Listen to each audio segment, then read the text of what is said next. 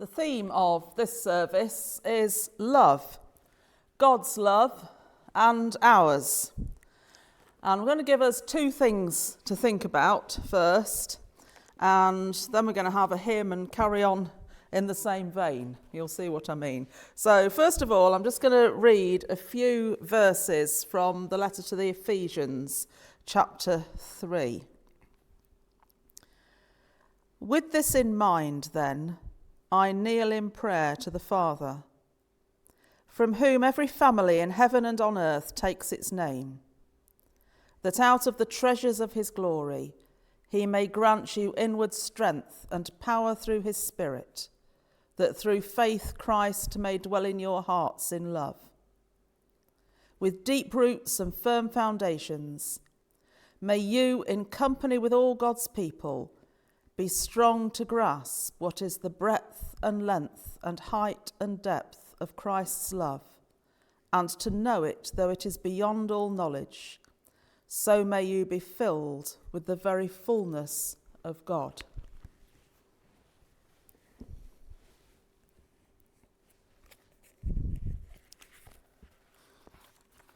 And then a poem by George Herbert, Love.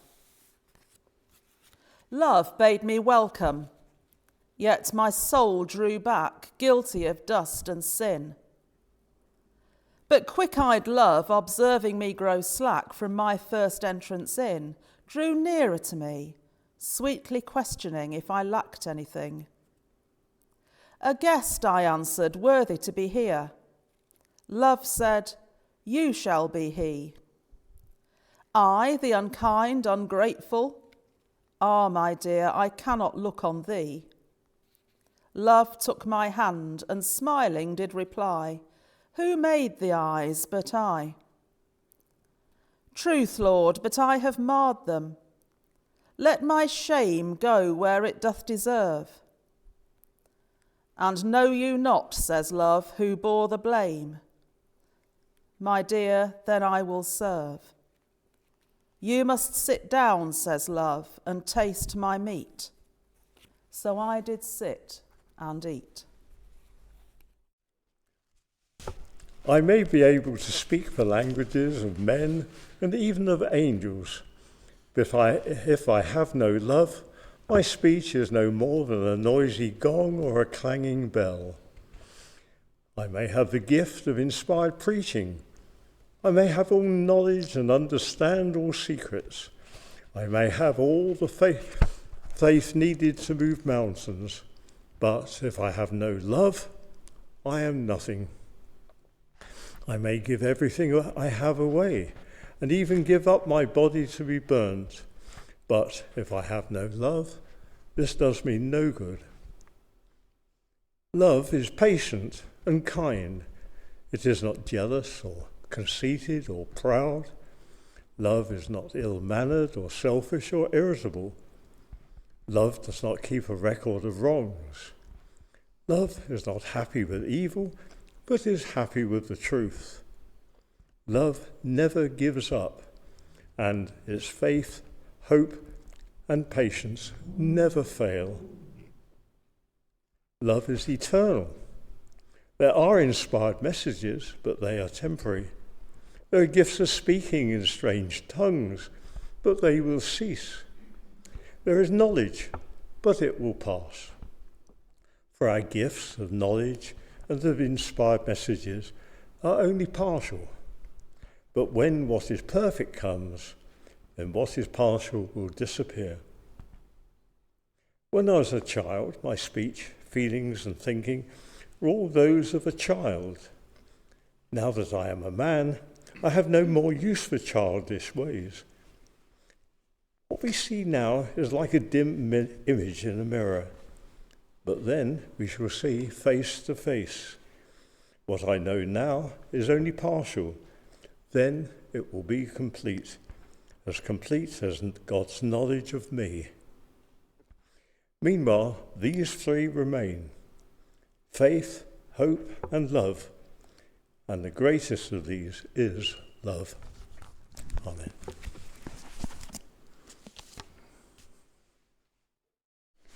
The second lesson is from John's Gospel, chapter 15, verses 9 to 17. As the Father has loved me, so I have loved you. Now remain in my love. If you obey my commands, you will remain in my love, just as I have obeyed my Father's commands and remain in his love. I have told you this so that my joy may be in you and that your joy may be complete. My command is this: love each other as I have loved you. Greater love hath no man than this, that he lay down his life for his friends. You are my friends if you do what I command. I no longer call you servants, because a servant does not know what his master's business. Instead, I have called you friends, for everything that I learnt from my Father I have made known to you. You did not choose me, but I chose you and appointed you to go and bear fruit. Fruit that will last. Then the Father gave you whatever you ask in my name. This is my command: love each other. Amen.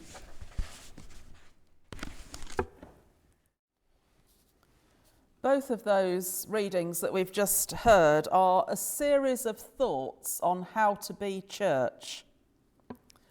1 Corinthians 13, we heard a moment ago, the hymn to love. It's the reading most often used at weddings, of course, but although general instructions about love are a good thing, it's not really about that. It's about how to be church. St. Paul himself called it the more excellent way. I love that phrase, which is the way that it's introduced at the end of the previous chapter. And now I will show you the more excellent way.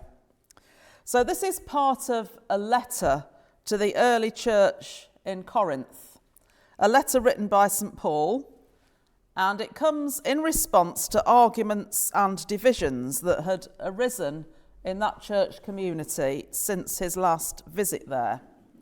And so people have written complaining to Paul about one another's behaviour and things that have gone on. Nowadays they do it by email, but that's not really happened much since I came to this church. And so Paul writes to answer these questions and to bang their heads together. Read the whole letter and you can see the heads being banged firmly together. And he wants to encourage them at the same time to keep on living a Christian life. And so in this particular chapter, he lists some of the things that churches might be expected to do: speaking, preaching, fathoming mysteries. I think that means studying, doesn't it? Also means studying, praying, fathoming mysteries. Having faith, giving to the poor. And he says all of these things are necessary. They're the bedrock of what you're supposed to be doing. But in his words, they're useless unless they're done with an attitude of love. Now that worries me a bit, because sometimes I've known people who are a bit, spiky and not very nice, but they're really good at giving to the poor. And then I think that's okay because they do that. So I don't know who's right, me or Paul. You'll have to decide for yourselves. So for Paul, the question is, what is our frame of mind? Why do we do what we do? How do we feel when we do it? How do we come across? How do we think about these things? And I'm interested in the idea of knowing in part until our knowledge is complete. Because any kind of love is a journey of discovery. If you meet somebody, you learn about them maybe over many years. And the same is true if you join a community, and the community keeps changing as people come and go, and you keep learning about one another and building what that community is. And on the way, as we discover each other, we also discover God. And we discover each other's strengths and weaknesses, our hopes and our needs. And we try to ask the question, how can we best be God's people together in this community? And then we come to the gospel reading, which is also about how to be church. It's also part of a document, John's Gospel, which was produced to be read out in early churches. And this section is a prayer of Jesus, talking about the church being a community of love, reflecting the love of God.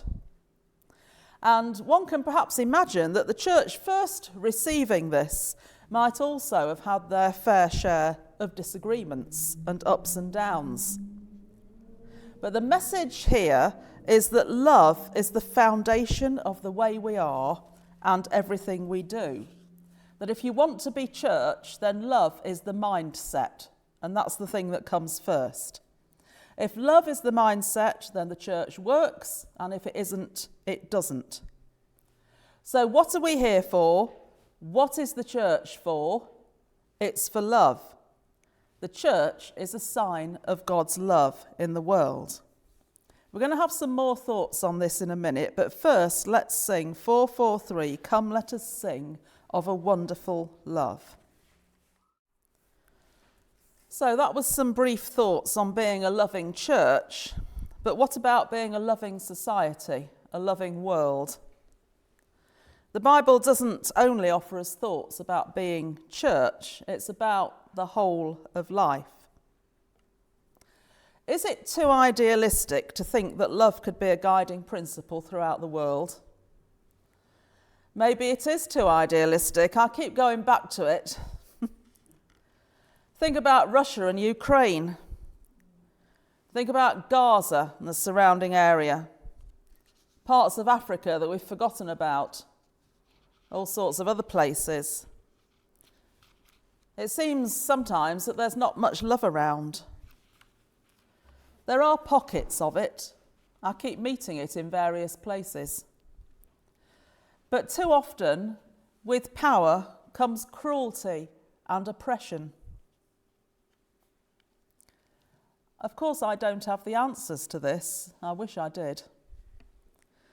But the only thing to say is that if the church believes in love, then it must itself be loving in order to hold up the idea of love in the world. And that way, I do believe we have a chance. So how do the readings that we've had this morning leave you feeling? They leave me with a mixture of despair and hope. Despair at the state of the world as it is, but hope that there is indeed a more excellent way, not only for the church, but for everyone to live. And hope too, because some of us have heard the call to try and live that more excellent way.